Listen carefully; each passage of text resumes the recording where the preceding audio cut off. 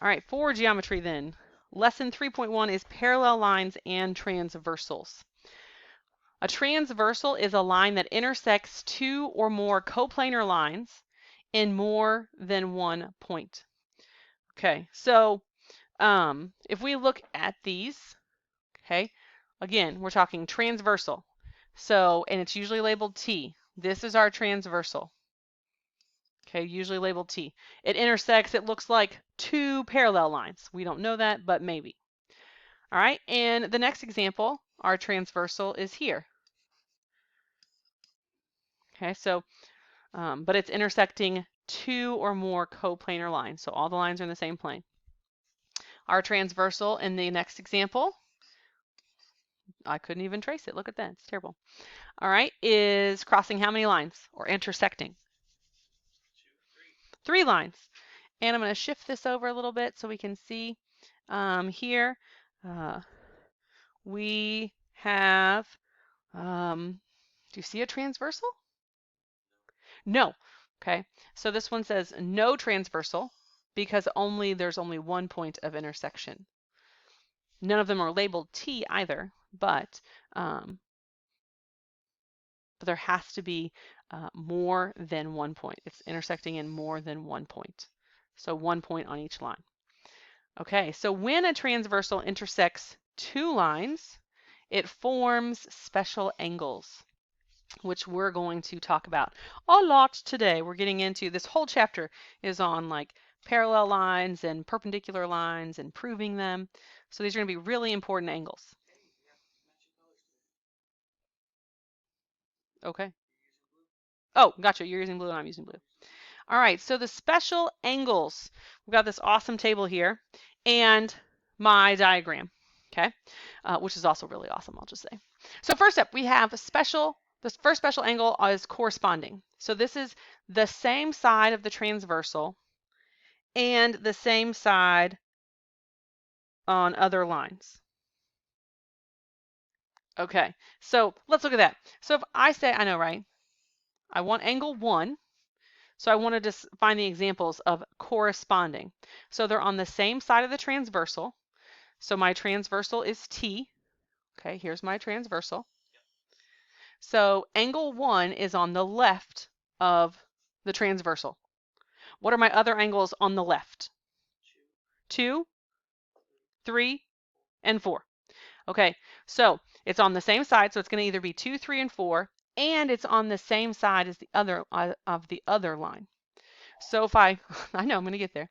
So my other line here is L, so it's on top of L. So it's 1. No. So 1 is left of the transversal and on top of L. So what other angle is? 3. It is 3. Okay, so angle 1 and angle 3 are corresponding. What's another example? Give me another set. So I'm going to circle these. Let's see. What? I said give me another set. There's more sets? Uh-huh. Okay, so pin. All right, so angle 1 and 3 are corresponding. And so then 2 and 4 are corresponding. Good. Lucas, give me another set. 8 and 6. Good.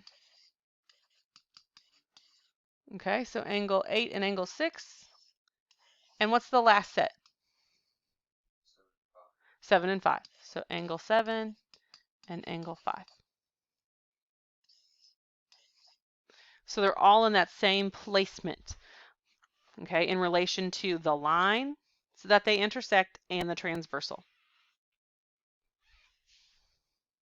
So very nice.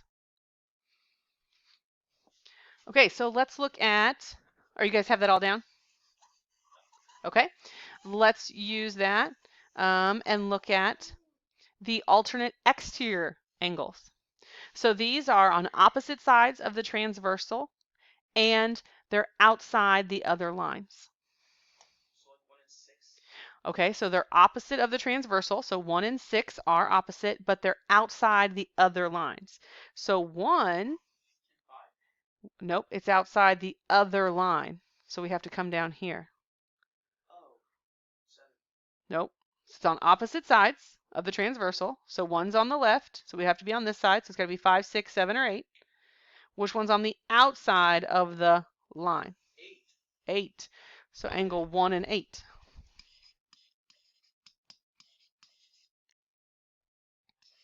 Okay, what's my other? There's only 2 sets of these because they're alternate exterior. So they're opposite. 5 and 4. Okay, because 5 is on the outside of L and on the right, and 4 is on the outside of M and on the left. Very good.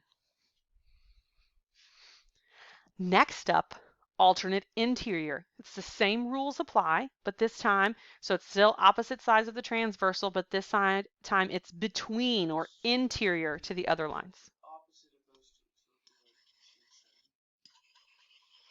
Okay, it'd be, what'd you say? 2 and 7, because they're opposite of the transversal.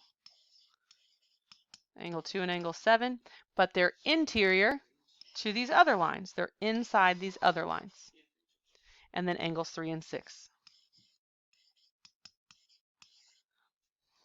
Very nice. Lucas, how are you feeling about this?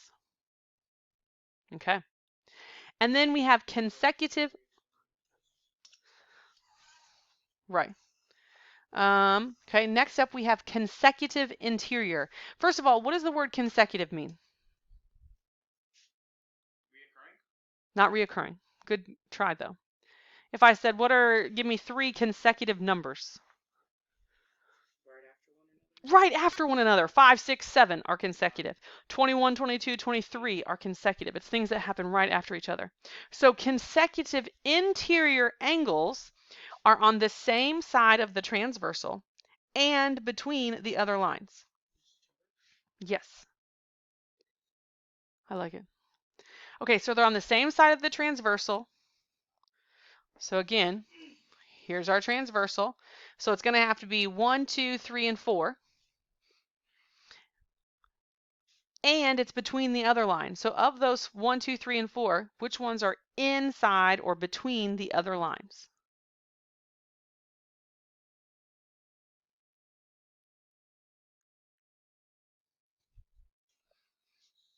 Okay, so our other line, 2 and 3.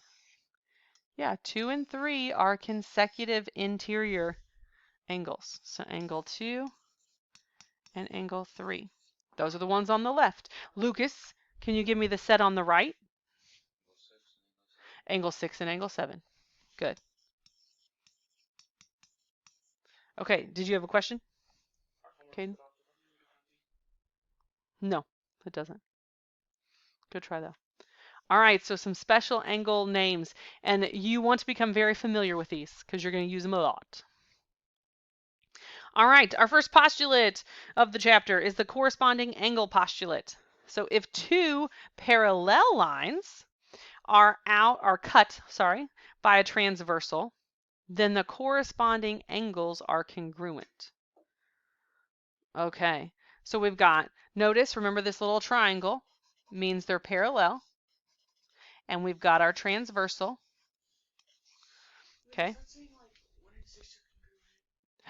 Yeah, it's saying not 1 and 6, not 1 and 6, corresponding.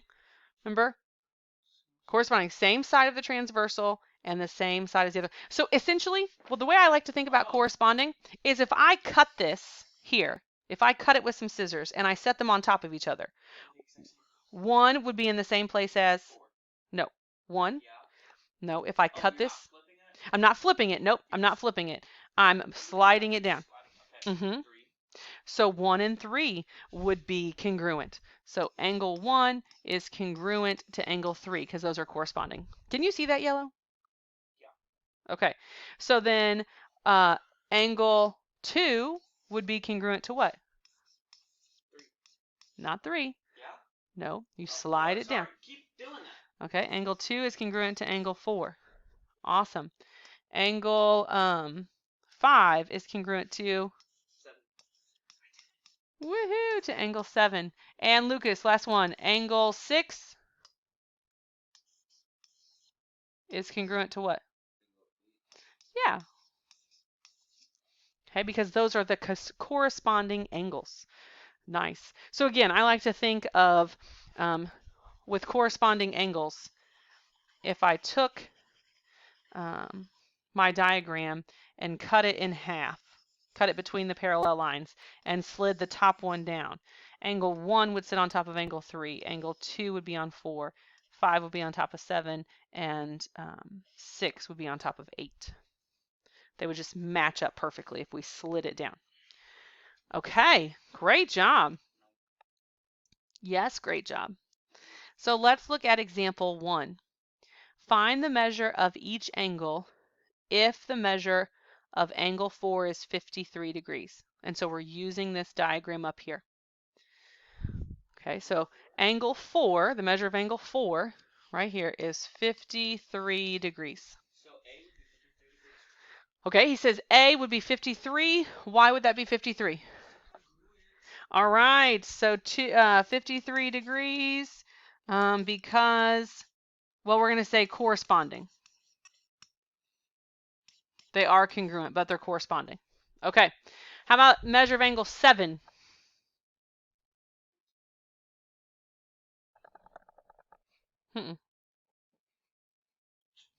So 2, what's the relationship between angle 4 and angle 7? They're the same. They're the same because they're starts with a V. Vertical. Vertical. Yes, so angle 7, okay, is also 53 degrees because vertical angles are congruent. Woo woo! See, you guys are doing great. All right, how about angle 5?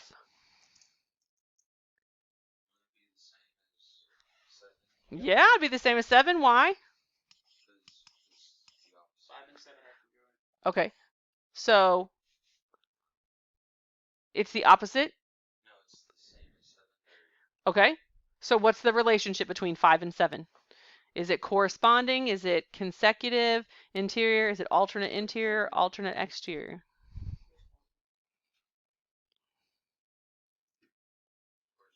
Corresponding. Okay, so angle 5 is corresponding to angle 7, so they're congruent. Another thing you could say, angle 5 is vertical to angle 2, so it's congruent. It's another way we can prove its congruence. All right, how about angle 3?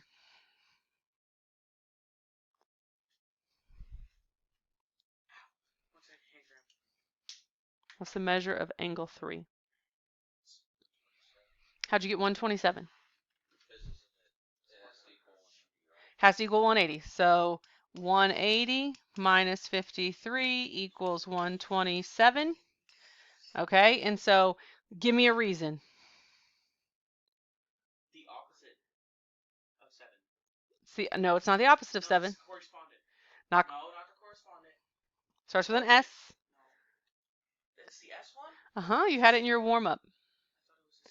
C1 complementary is a 90 degrees. It makes a 90-degree angle. Secondary. Not secondary. You had it in your warm-up today? Pathetic. Was Supplementary. Supplementary. Angle. Right? In your warm-up, I lost it. You had to tell me the definition of supplementary angles because we were going to use it.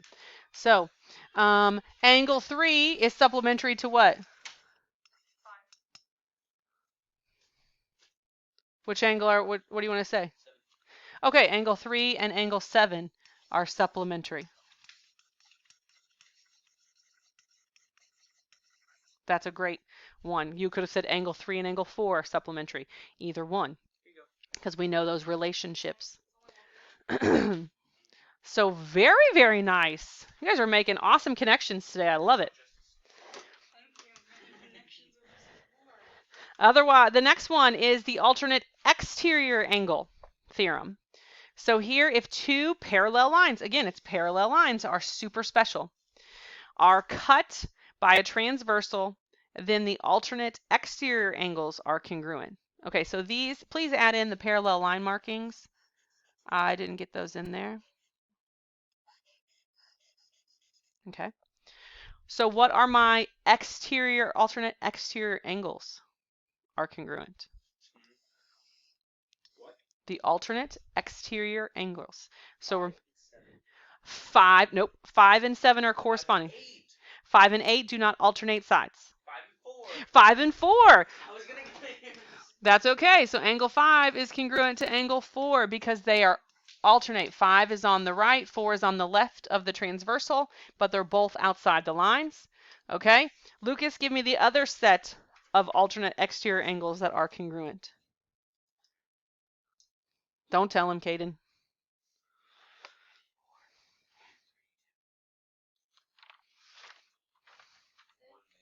1 and 8. Okay, so good. 1 and 8. Angle 1 is congruent to angle 8. Okay, again, you have to, if you break down the word, they alternate on the sides of the transversal, right to left and left to right, and they're exterior to your parallel lines. So they're on the outside of those parallel lines. Perfect. All right. Couple more theorems, and then we get to put them into practice again. Okay, alternate interior angle theorem. If two parallel lines are cut by a transversal, again, parallel lines, then alternate interior angles are congruent. Consecutive interior angle theorem. If two parallel lines are cut by a transversal, then the consecutive interior angles are congruent again. Okay. So what kind of lines are really important in math? Parallel lines. Like if you have parallel lines, there's a lot of things that you can learn about the diagram that you can assume. How to cook chicken. How to cook chicken is not one. All right. Now, if we have a perpendicular transversal, okay, the perpendicular transversal theorem. If a transversal is perpendicular to one of two parallel lines, it is perpendicular to the second line also. Quick question. Mm-hmm. This just popped up. Can you have parallel lines if they stop? Like, if they have a stopping point? So, like, let's say this line stops right here. Mm-hmm. It can't go any further. And this line stops right here. It can't go any further. And then you have a parallel line. Is that still considered parallel? Because they're not moving anywhere? Like, they're not still going? They're still parallel? I thought parallel lines go on forever. Is that because there would be lines, but you could have parallel segments. Okay. Yeah, you could have parallel segments. Mm-hmm. So then it would still be, so these rules would still apply if it was a parallel segment as well. Mm-hmm. Okay, so then let's look at example 2. Find the measure of each numbered angle if the measure of angle 1, and I'm going to move this up, equals 7y minus 15, and the measure of angle 2 equals 10 times the quantity y plus 11. Okay, so we have lots of room to work here. All right, so I'm going to go ahead and label those. Okay, I'm going to put those in my, so angle 1 is 7y minus 15, and angle 2 is 10 times the quantity y plus 11. Okay, I had to check my handwritten notes. It's hard to read it on the board. Okay, so we have to find the measure of every single angle. Where's T? Our transversal? Well, which one? Which one is the transversal? Is it A, B, or C? A. No, A. It's D. No, it's A. It's A and D. No, it's A and D. Yeah, A and D are both transversals. That's good stuff, okay? Because a transversal has to intersect the lines. What do you know about lines B and C?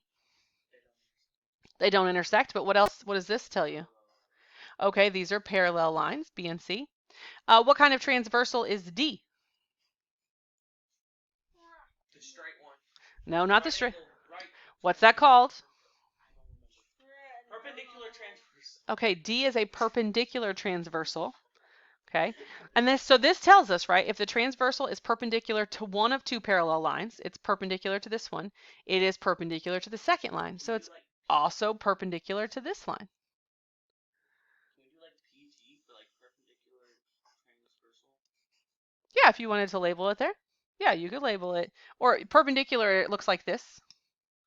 I just put PT. Okay, I was like, you could put that there to remind yourself if you wanted. Yes, I want to. Okay, so you have just discovered a lot of information about your graph there. Okay, so how are we going to solve for these? So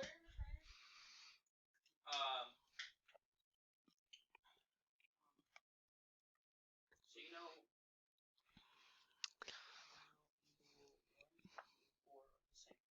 Okay, so angle 1 is congruent to angle 4. Why? I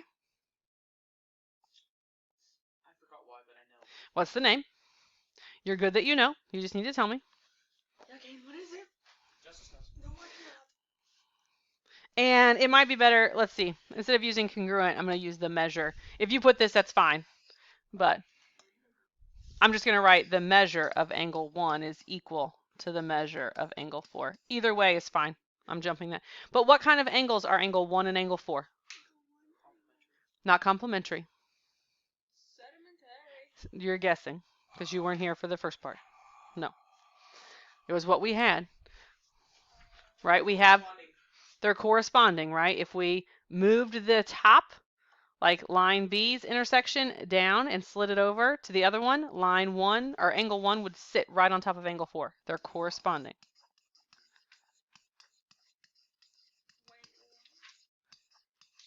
Okay.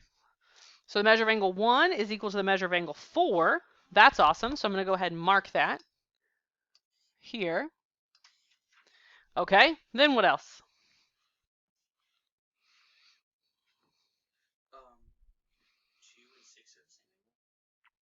2 and 6 are the same angle. No, only if they are intersect a parallel line. What do you think, Lucas? Are 2 and 6 the same angle? They're not. Caden is saying no. Why not? 6 has another line, right? It has this other transversal that's cutting it. So good. 2 and 6 are not. That's good, though. We could say angle 2 is not congruent to angle 6. Would 6 and 4? No, because 1 and 4 are. Is that the only? It's 3 and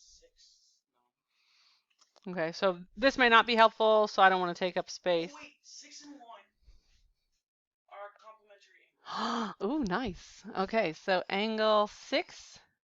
Let's see, the measure of angle 6 plus the measure of angle 1. Since they're complementary angles, what does that mean? Okay, equals 90. Okay, because they're complementary. Complementary angles. Good. Angles 2 and... Oh, well, we don't even know about 2 and 4 because we already have our measurements. But I was going to say angle 2 and 4 is supplementary. Angle 2 and 4 are supplementary. Okay. Ooh. 3 and 4 Okay.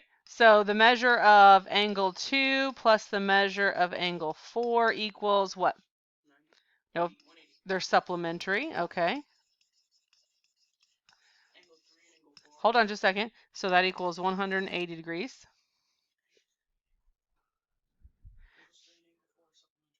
Angles 3 and angle 4 are supplementary. So the measure of angle 3 plus the measure of angle 4 equals 180. But let's go back to this one. Why? Because now you can do something. Because we're supposed to solve, right? We're supposed to find the measure of each numbered angle. Oh. And you listed enough stuff that now we can do something. Yeah, I've been trying to for a while. What can we do? So, what? What can we do? Like you've listed really good helpful stuff, but so like when we said measure of angle 1 and angle 4 are equal because they're corresponding. Great, but it doesn't help me solve them. 2 and 4 you find for... The same way with measure of angle 6 and the measure of angle 1 equals 90. I know the measure of angle 1, but I don't know the measure of angle 6, so that doesn't help me. I don't have a formula for it. But the next one, the measure of angle 2 and the measure of angle 4 equals 180. We can find y. Yeah, how do we do that? So you do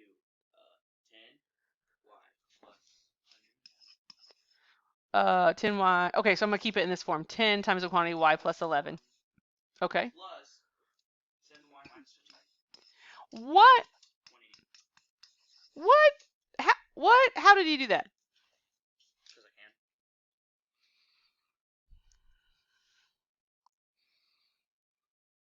Because we know angle 1 is congruent to angle 4, and we know the measure of angle 1. We also know that 4 is 7y minus 15. So we can, yes, add those two measurements together to get our 180 and solve for y.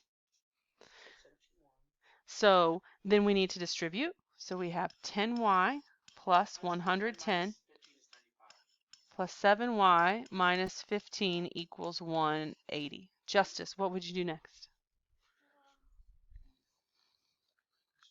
Yes. Yes. What would you do next, Justice? You said 95, right? Yeah, but then I would add. What did you say, Justice? Normally, like algebra, I would add the y's together, but I don't know if we can do that. Yes. Same math. So can we do that? Yeah, because they're on the same side, right? Because everything always goes off of the equal side. We are combining like terms. So 10y and a plus 7y is 17y. And then you've got a positive 110 minus 15. So plus 95 equals 180. Yeah, same math rules apply. I know it looks different, but it's not. I would do minus 95 next. 75 equals 85. Not 75. 17y equals 85. Oh, okay. And then 85 Divide by 17. I really don't want to do that, so that's why I've been stuck here waiting for you. Well, 6. you're close. It is 5. Yeah, I was about to say how it's 5. Yes. So y equals 5.